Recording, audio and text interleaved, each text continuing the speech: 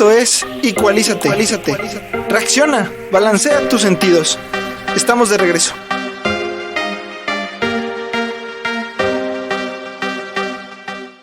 Hola, muy buenas tardes a todos nuestros queridos Radio Escucha. Estamos de vuelta para otra emisión más de su programa favorito de las tardes, Equalízate, el cual es un espacio creado para la divulgación científica y de su interés.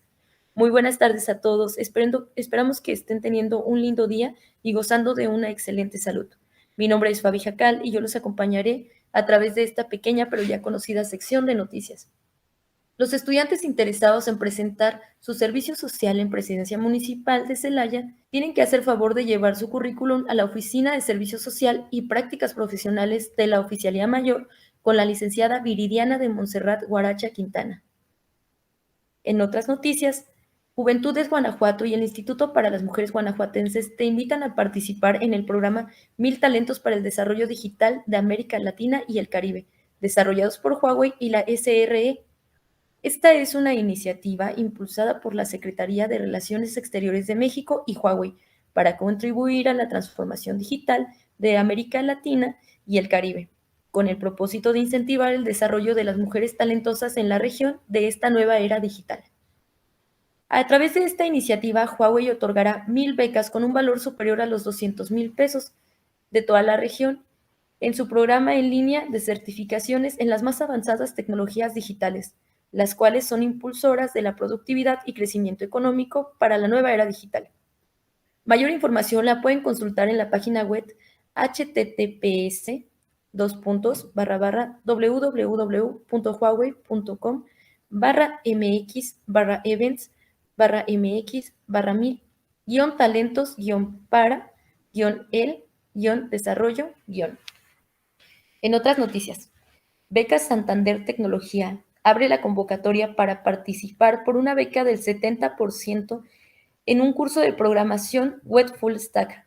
La convocatoria consiste en una beca del 70% en el curso de programación web full stack de Digital House, en donde podrás aprender a programar páginas web desde cero, a dominar el frontend y el backend de un sitio web, usando las mejores prácticas conocidas y pensando como un programador. El beneficiario será responsable de abonar el pago restante de la beca, equivalente al 30% del monto del programa, siendo este un total de 13,800, que podrá pagar hasta en 12 cuotas sin intereses. Recordemos a todos que Becas Santander y Líderes en el Desarrollo FUNED 2022 abre la convocatoria para Líderes en el Desarrollo. Becas Santander Estudios y Líderes en Desarrollo FUNED 2022 te ofrece una beca para acompañarte y asesorarte durante la preparación, búsqueda y postulación a las mejores universidades del mundo para estudiar en el extranjero. Mayor información la pueden consultar en la página web https://bit.ly/T3U. Para culminar este segmento de noticias, se les recuerda a todos que está con la convocatoria abierta de Proyecto Mujer Líder Cuarta Generación.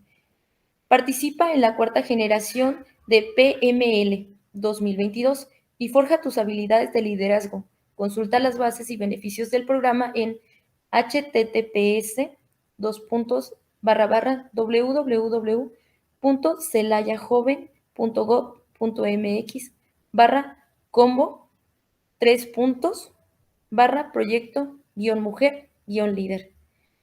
Se les recuerda a todos quedarse en su programa favorito de las tardes, porque enseguida les tenemos una entrevista muy interesante que realmente es muy buena para todos, así que esperamos que no se vayan y sigan acompañándonos en su programa.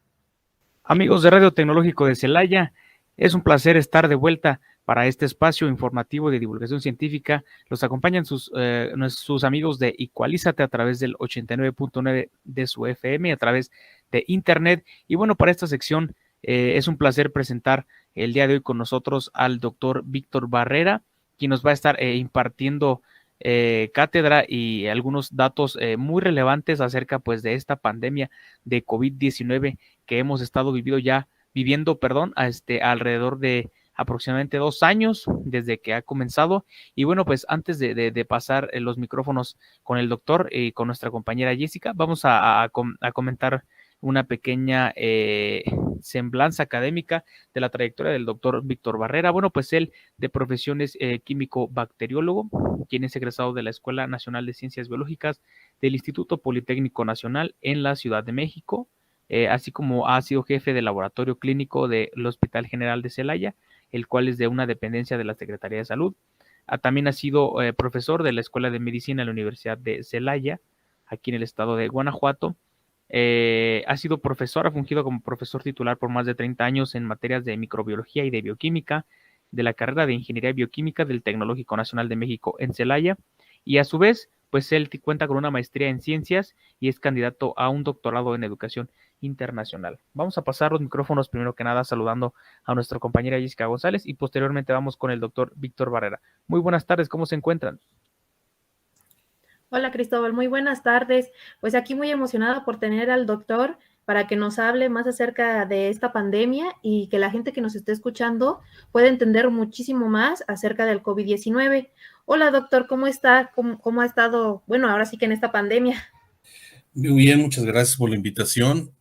Bien, la verdad, muy sorprendido de manera académica. Si no fuera por la situación que está tan difícil que está provocando la pandemia, si no fuera por eso, yo me atrevería a decir que es un magnífico escenario para entender lo que es la microbiología.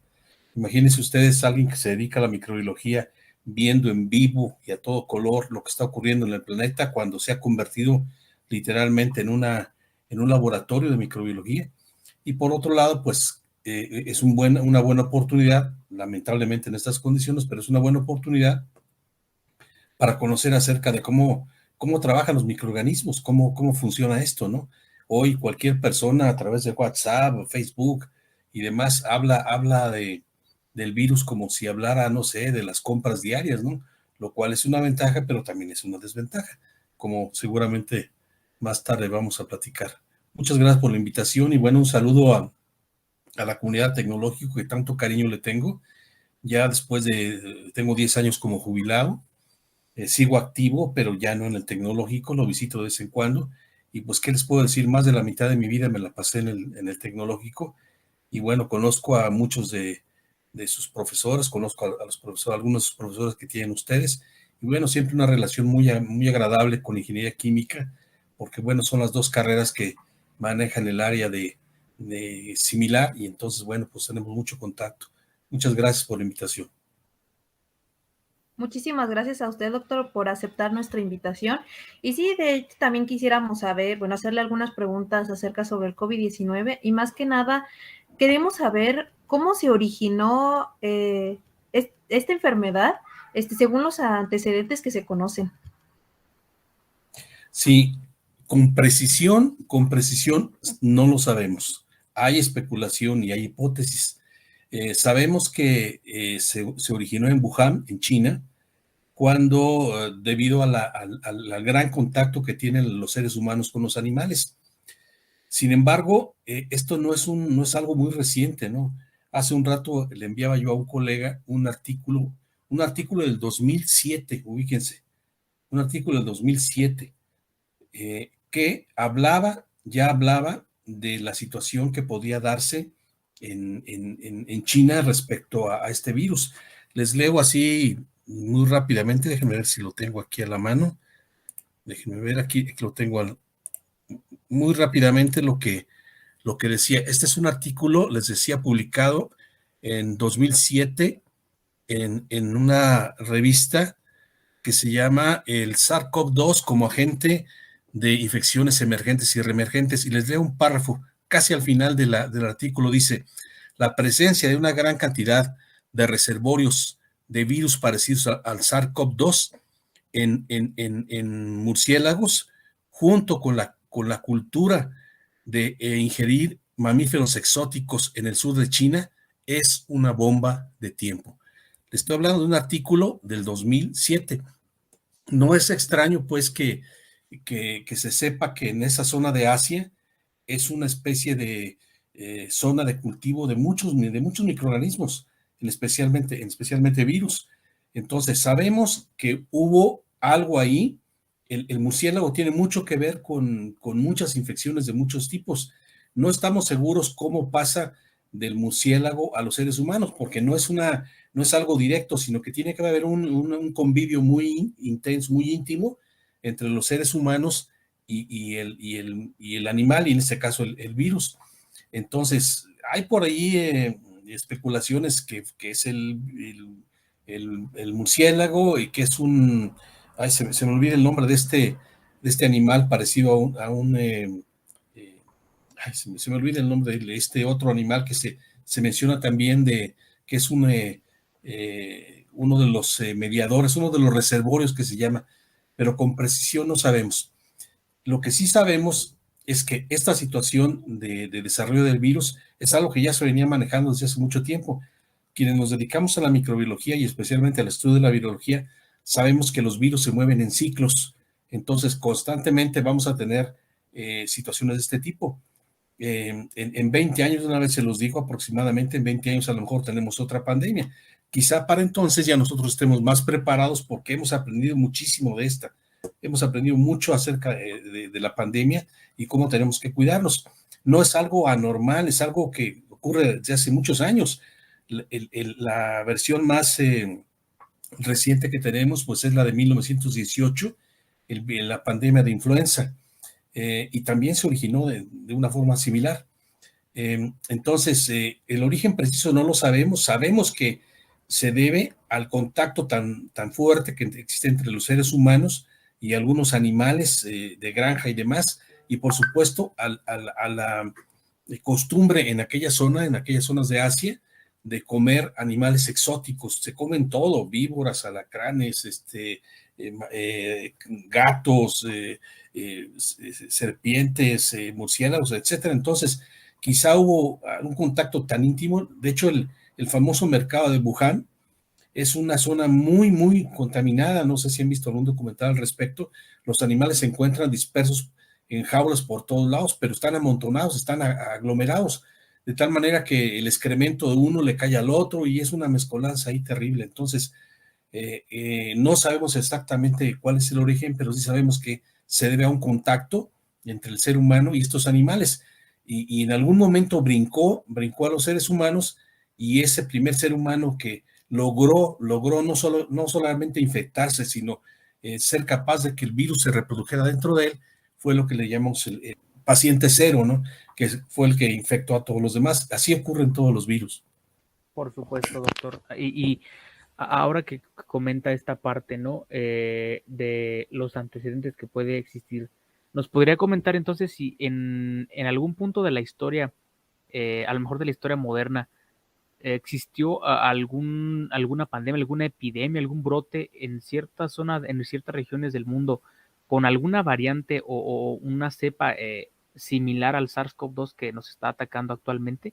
Me parece que yo, antes, perdóneme que lo interrumpa Sí. de nuevo, pero me parece que yo había leído hace poco sobre algún tipo de SARS, de virus de esta característica que había afectado como en los años 90, me parece, pero que sin embargo, a pesar de no generar tanta transmisión, de no ser tan contagioso, me parece que era más peligroso. Me parece, no sé si nos pudiera comentar un poco. Sí, bueno, el virus del SARS-CoV-2, que hay de los patógenos, por así decirlo, hay 3 tipos. El SARS-CoV-1, que ahora le llamamos 1, antes no se le llamaba 1, pero ahora ya le llamamos 1, el SARS-CoV-2, el SARS-CoV-1, el SARS-CoV-2 y el MERS. El SARS-CoV-1 y el SARS-CoV-2 es el síndrome respiratorio agudo severo, y el MERS es el síndrome respiratorio del Medio Oriente.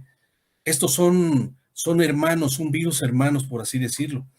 Y efectivamente, en los años, hace aproximadamente unos 10, 12 años, hubo una infección, una pandemia, no llegó a pandemia, pero sí se desarrolló el SARS-CoV-1, el síndrome respiratorio agudo severo, pero fue en Hong Kong, y fue más o menos controlado porque se encontró dónde estaba, y de hecho nosotros nos enteramos, nosotros me refiero a los seres humanos, al resto del planeta, nos enteramos porque un avión que se movió de Hong Kong a Montreal empezó a infectar personas en aquel lado. Entonces, las autoridades canadienses rápidamente lo que hicieron fueron poner en cuarentena todo el edificio donde estaban estas personas que recién habían viajado de Hong Kong, y entonces pudo controlar el SARS. Sin embargo, ante el temor y ante el miedo de una pandemia de este tipo, pues muchas personas prefirieron mejor no acercarse a Canadá.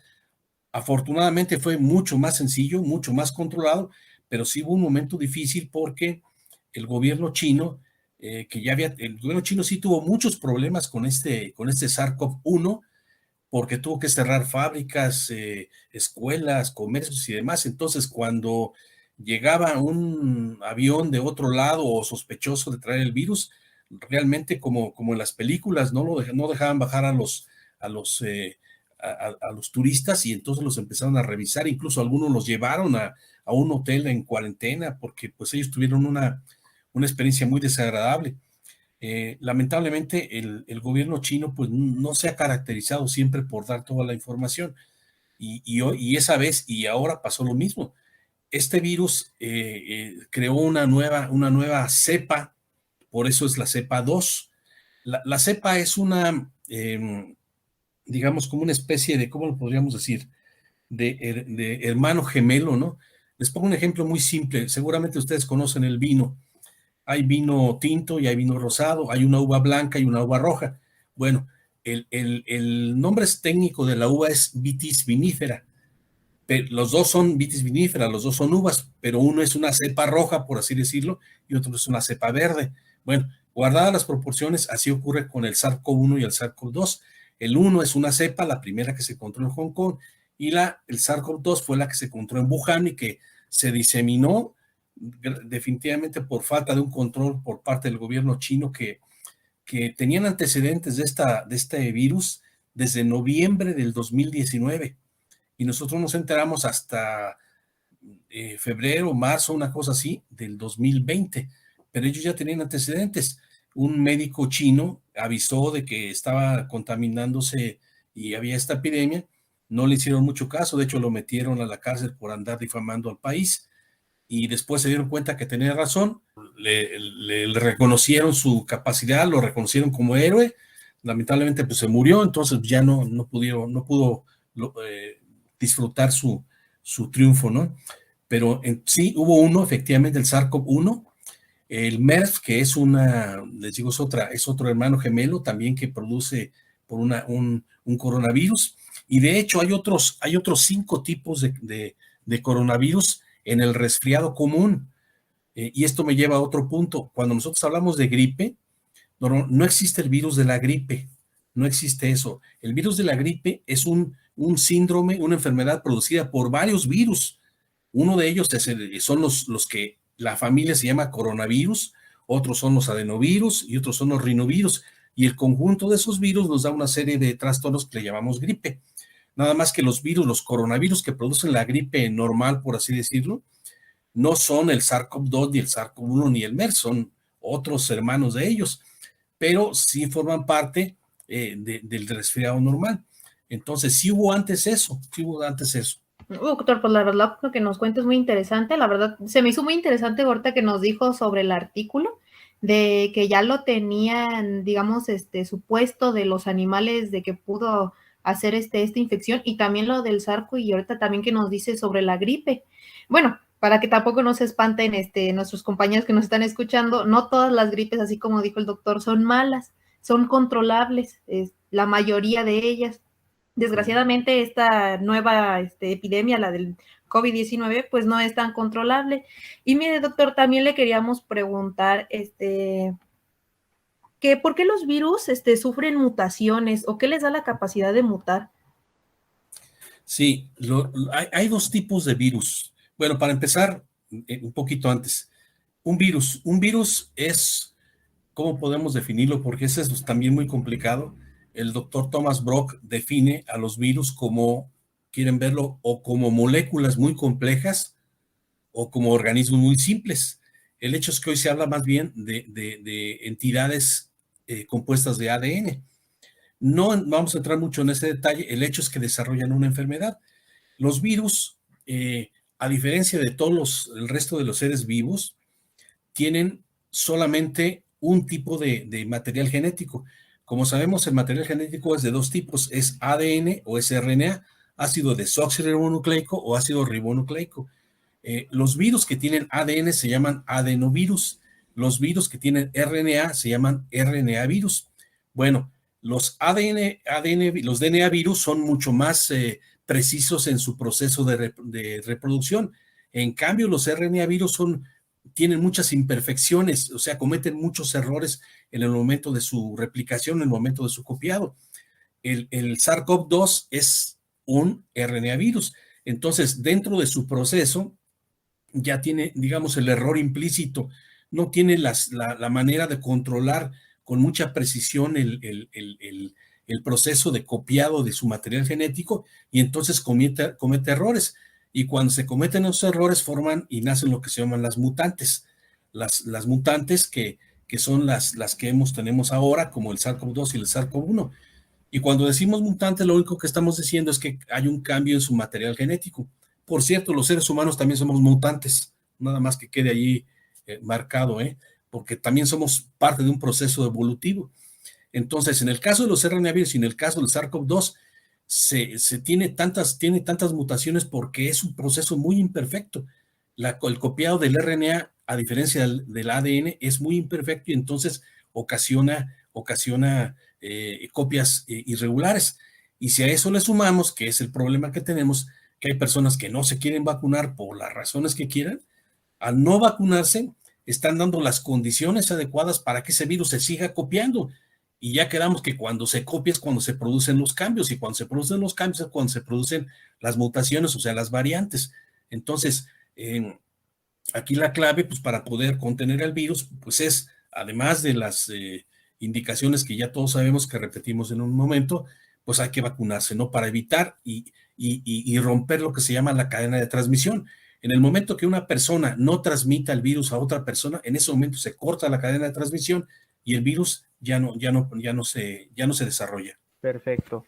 Y entonces, en este sentido, doctor, ¿qué podría hacer la diferencia o qué hace que en este caso, los síntomas que se presentan en un ser humano varíen de acuerdo al tipo de variante o de mutación de la que estemos hablando, en este caso del SARS-CoV-2?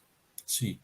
Bueno, eso depende de dos características al menos, o de tres si lo queremos ver. Depende primero del tipo de variante de que se trate. Por ejemplo, Omicron, a diferencia de Delta, Alfa y Gamma y las demás variantes, Omicron es altamente transmisible, o sea, es altamente contagioso, lo cual, por favor, altamente contagioso no significa altamente peligroso, no necesariamente, significa que se contagia más que en el caso del virus Delta. Y cuando hablo de más, ya casi está del tamaño de un contagio como el del sarampión, o sea, es muy contagioso. Entonces, depende primero del tipo de variante que infecte. Segundo, depende de las características de la persona. No es lo mismo un niño que un joven, que un adulto, y en especial, pues hoy que está tan de moda y lo han escuchado seguramente, las personas que tienen comorbilidades. Una persona con infecciones, una alteración cardíaca, una persona con algún problema ya de pulmones de antes, una persona con insuficiencia, ya dije, cardíaca, diabetes, etcétera. Entonces, hay personas que están más propensas a padecer la enfermedad. Entonces, el organismo y la reacción, lo que se llama la infección hospedero-parásito, hay una relación como de equilibrio, de tal manera que si el organismo, el ser humano, es suficientemente fuerte para aceptar, por así decirlo, a ese virus, quizá llegue un momento en un punto de equilibrio que la persona no presente síntomas. ¿Por qué? Porque la persona es suficientemente fuerte para contener a ese virus. Es lo que se llama un paciente asintomático. Pero hay veces que la persona no tiene las condiciones suficientes y entonces el virus como que gana la batalla y entonces desequilibra la balanza, por así decirlo. Y la persona pues tiene más afecciones. Entonces, depende del virus, depende de las condiciones del paciente, edad, y claro, depende de la carga viral, porque no es lo mismo una persona que tiene contacto con una persona que está infectada, pero tuvo un contacto, no sé, 1 minuto, 2 minutos y se retiró. Muy diferente a una persona que está en un espacio cerrado, que no está ventilado, está trabajando 8 horas, y entonces la carga viral, o sea, la cantidad de virus que recibe son mucho más. Entonces, la agresión es más fuerte a pesar de que la persona esté un poco más sana.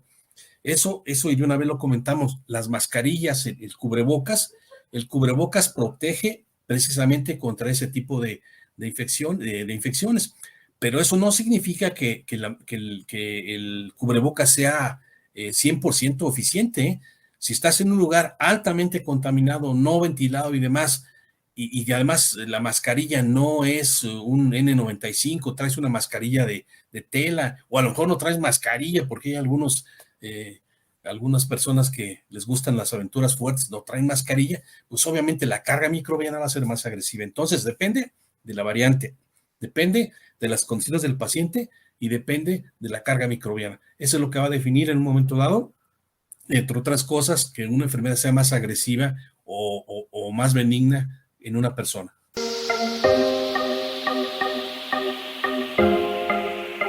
Esto es Equalízate. Reacciona, balancea tus sentidos. Ya regresamos.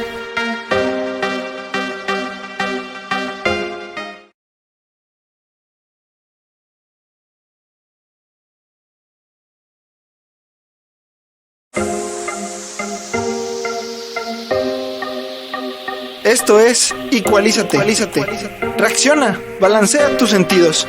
Estamos de regreso.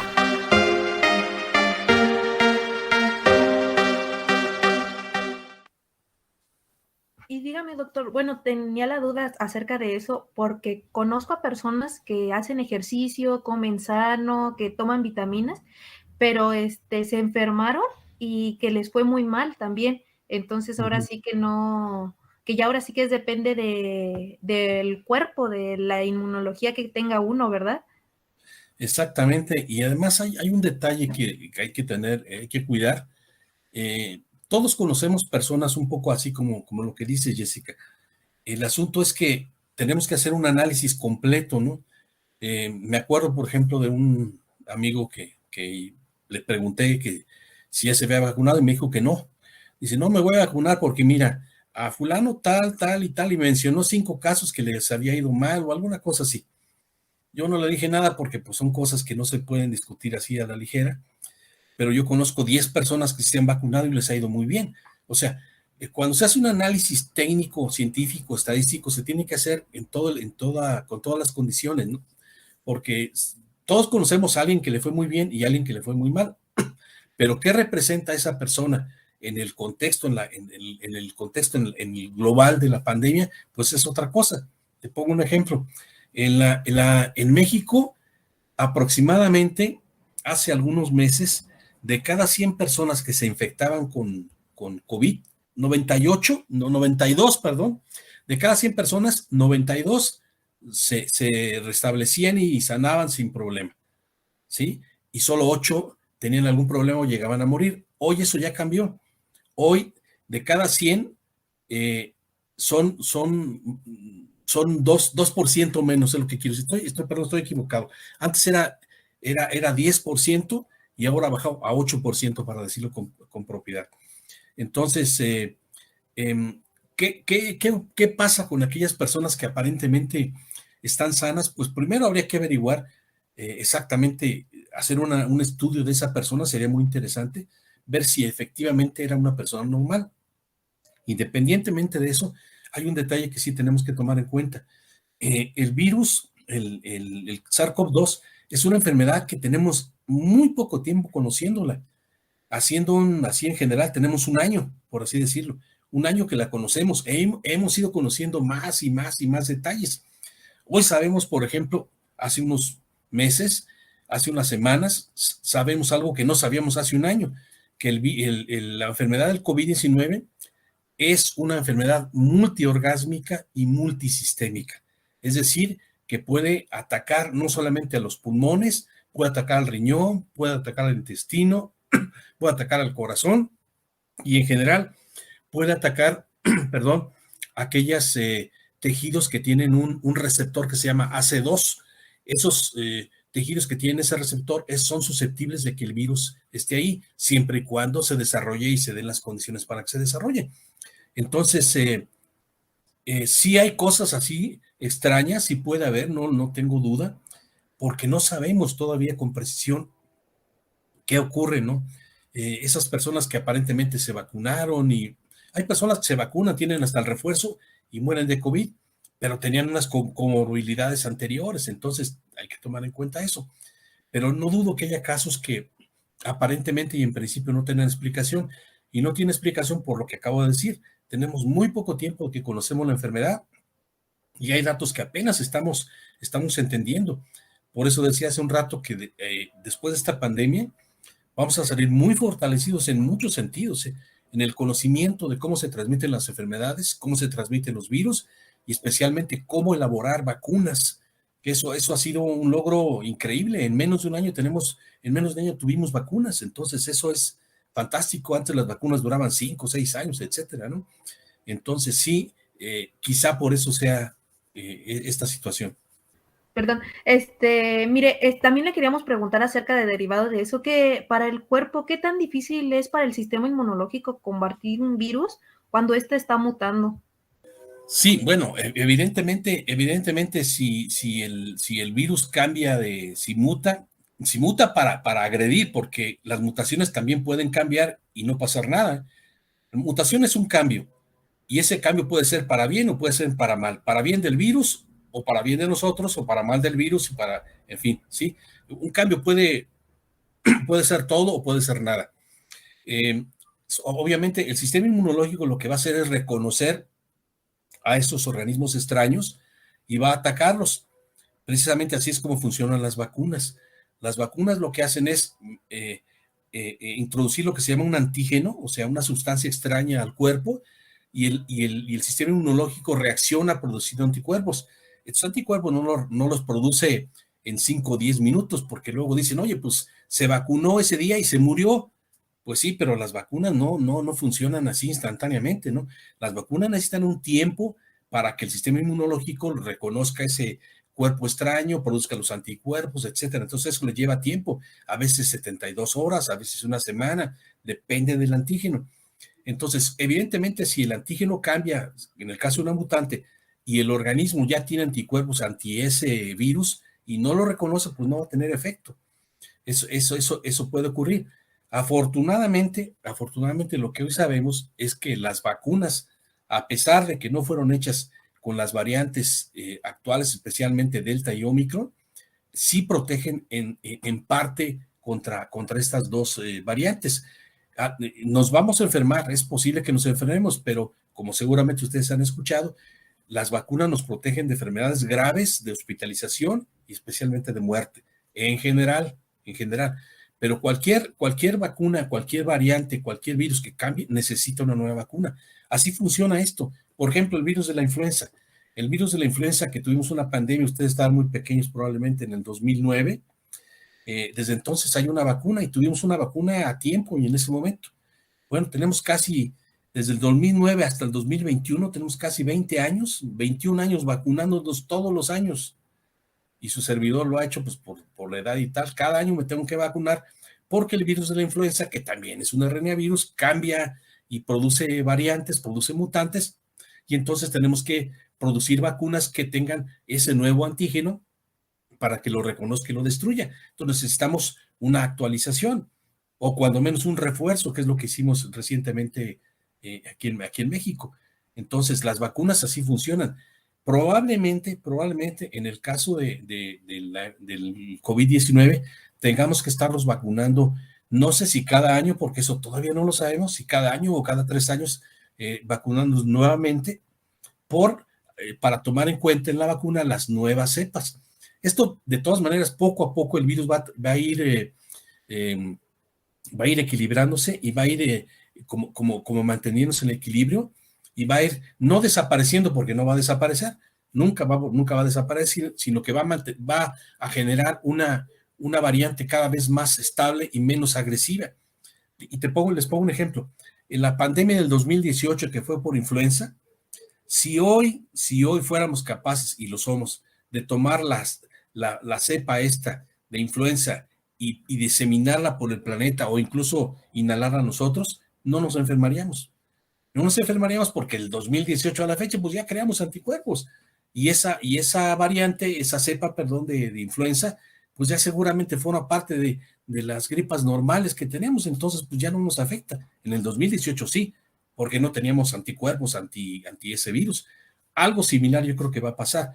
¿Cuánto tiempo? No lo sabemos, pero en lo personal yo estoy muy optimista que quizá en este año la pandemia vaya a minorar fuertemente, aunque vamos a seguir con nuestras estrategias.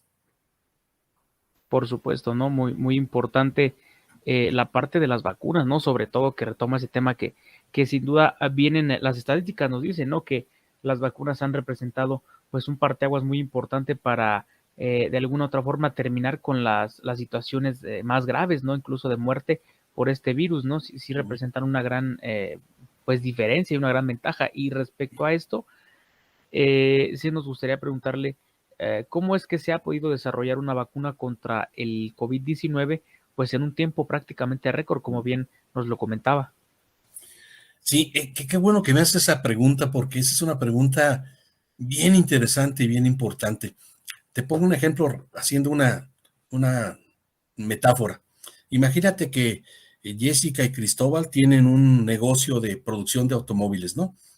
Pero lo que ellos producen es un auto, un auto que es sedán, pues tiene sus puertas, su cofre, etcétera, y es un sedán.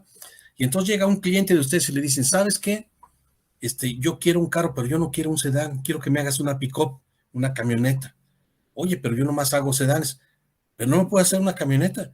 No, pues sí, pues sé cómo poner llantas, sé cómo hacer el motor, sé cómo poner el chasis, sé poner la cajuela, etcétera. O sea, la tecnología ya la tengo, lo único que tengo que hacer es hacer una chasis diferente como si fuera una pick-up. Bueno, eso fue precisamente lo que pasó con las vacunas. Afortunadamente, hace más de 20 años, aproximadamente 20 años, que el uso del RNA mensajero se utilizaba ya en algunas vacunas contra algunos virus, especialmente contra, ya se usaba en el tratamiento de algunos otros virus. La tecnología ya existía. Entonces, ¿qué fue lo que pasó? Bueno, que llegó este problema y entonces con la tecnología que ya se hizo, se adaptó, como el carro, el sedán y el pick-up que te comentaba, se adaptó a las condiciones y gracias a eso pudimos tener una vacuna tan pronto, porque la tecnología, la metodología, las estrategias, las técnicas de biología molecular y demás ya las teníamos. Entonces lo que hicimos fue tomar el virus, estudiar el virus, primero ver toda su composición genética, tomar una partecita de ese virus, ponérselo a un vector, ya sea el RNA mensajero envuelto en una proteína, como es la Pfizer, o un virus que se usó como vector, como vehículo, y se le metió un pedacito de este virus adentro, como la AstraZeneca, etcétera, y de esa manera, usando lo que se llaman diferentes plataformas, se pudo construir y producir las vacunas. Lo cual me lleva a otro detalle importante que también surge mucho. Ya ves que tenemos un poco la mala costumbre de hacerle mucho caso al WhatsApp y al Facebook y nunca a las personas que saben, ¿no? Entonces, dice, no, es que yo no me puedo vacunar con esa vacuna porque nunca se ha experimentado en seres humanos. Entonces, pregunta, ¿cómo puedes experimentar o cómo puedes aplicar una vacuna en seres humanos si nunca se ha usado en seres humanos? Todas las vacunas, la que se te ocurra, todas hubo un momento en que fueron usados por primera vez en seres humanos. No hay manera de usarlas antes en seres humanos, pero no haberlas usado en seres humanos. No sé si me explico. Para eso las vacunas tienen procesos. Tienen una fase 1, una fase 2 y una fase 3, además de una fase preclínica que le llaman. La fase 1, 2 y 3, la diferencia es que aumentan el número de personas, el número de voluntarios al que se les aplica y los están estudiando. Se hace un estudio, se ve si son capaces de producir anticuerpos, porque no todas las vacunas, solo por ser vacunas, producen anticuerpos. Se requiere una tecnología especial. Y una vez que surgen todos estos fases y que se publican los resultados, entonces la vacuna se ¿cómo se dice? Se acepta para poder ser en seres humanos. Entonces, en síntesis, nosotros pudimos chikungunya se llama el otro virus que no me acuerdo.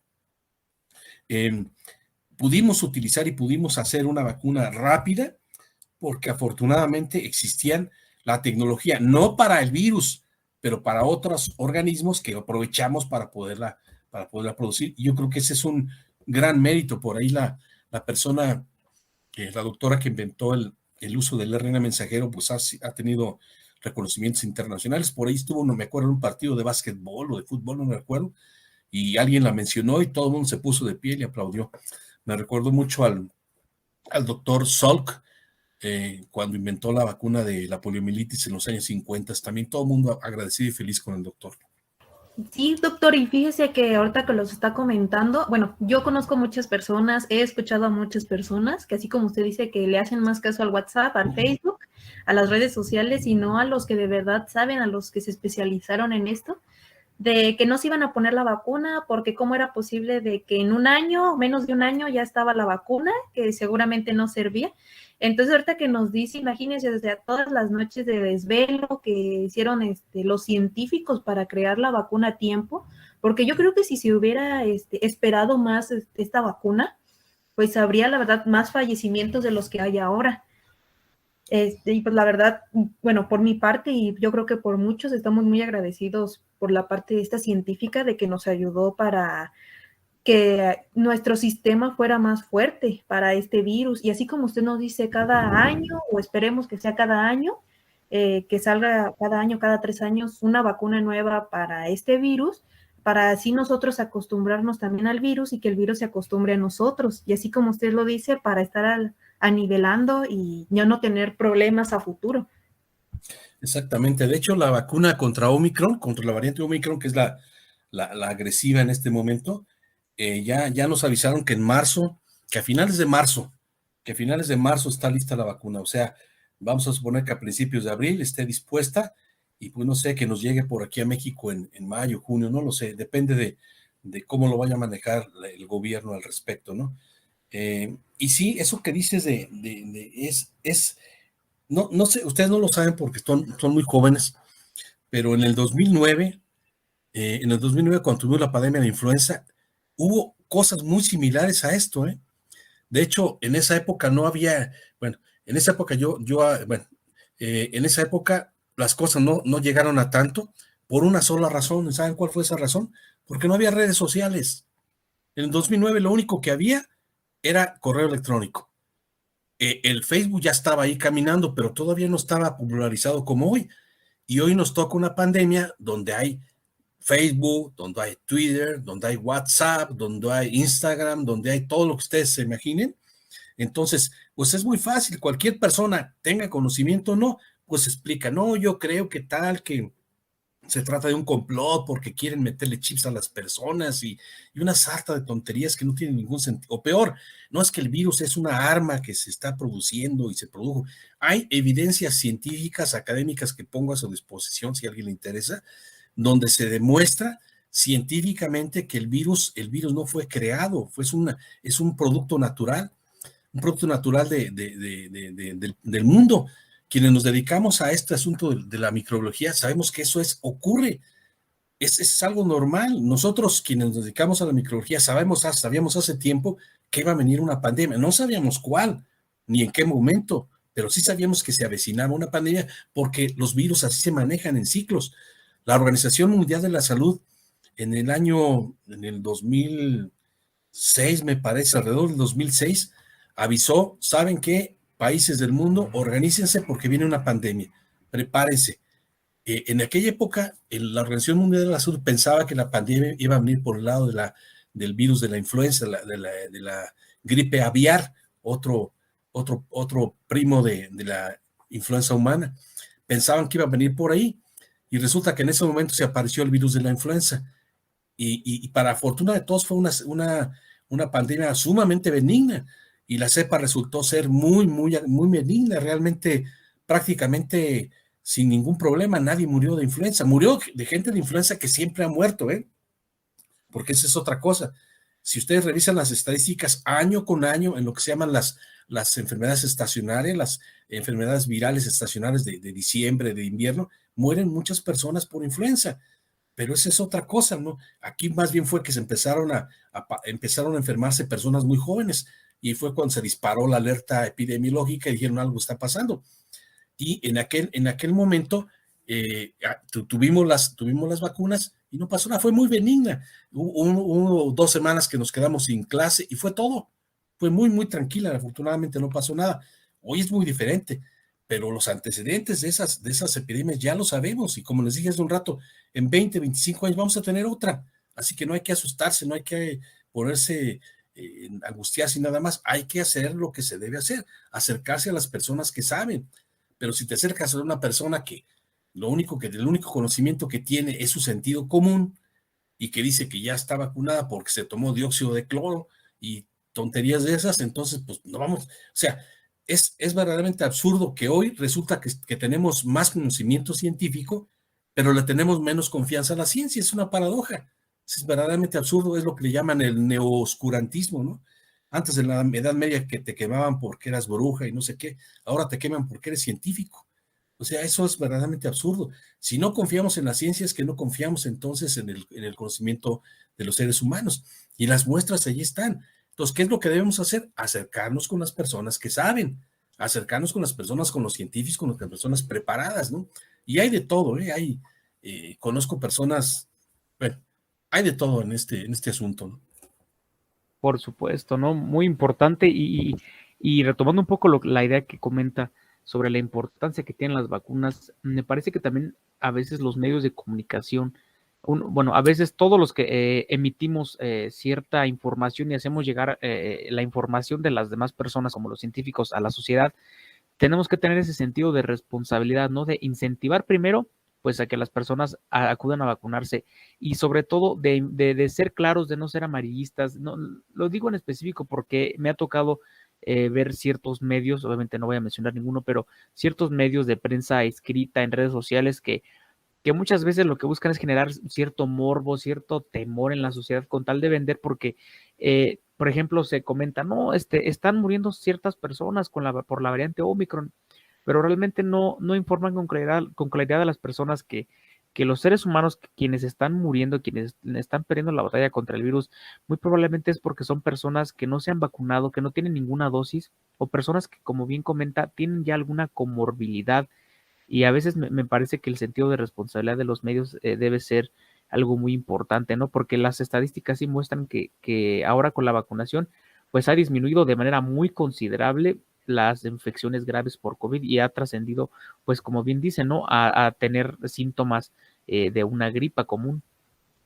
Fíjate que eso que dices es sumamente importante. Qué bueno que lo sacaste ya en este momento. Lo iba a dejar para el final, pero ya lo sacaste. Hay que tener cuidado con los medios de comunicación, sean periódico, televisión, radio, etcétera. Yo les comentaba, tengo un grupo ahí en WhatsApp a que les envío información o que ellos me hacen favor de compartir información o yo les comparto y así estamos, ¿no? Y una de las cosas que les decía, de las cuales pues yo me siento un poco más responsable, porque se supone que yo tengo un poco más de conocimiento que el resto de la población, entonces con amigos, familiares, compañeros y demás, les mando correos. Y uno de ellos precisamente les decía eso, que no le hicieran tanto caso a los medios de comunicación. ¿Por qué? Porque los medios de comunicación lo que quieren es vender la nota, que es lo que acabas de decir. Quieren vender la nota. Y como se dice en el argot periodístico, una mala noticia es una buena noticia. Los periódicos que solo diseminan o un sitio en internet que disemina noticias, ¿cómo se dice? Positivas, le va muy mal. No vende, no vende. Es un fenómeno que habría que llamar a los sociólogos y a los psicólogos y demás para estudiarlo, pero a los seres humanos nos gustan las malas noticias. Entonces, un noticiero que dé buenas noticias, pues no lo va a ver mucha gente. Nos gusta que nos platiquen que todo está mal, que en fin. Y bueno, sí hay que cuidarse, sí, no hay que menospreciar la pandemia, no hay que decir, no, pues ya no pasa nada y todo el mundo como antes, no, sí, hay que tener cuidado, pero no hay que angustiarse, porque angustiarnos no nos sirve absolutamente para nada, más que para angustiarnos.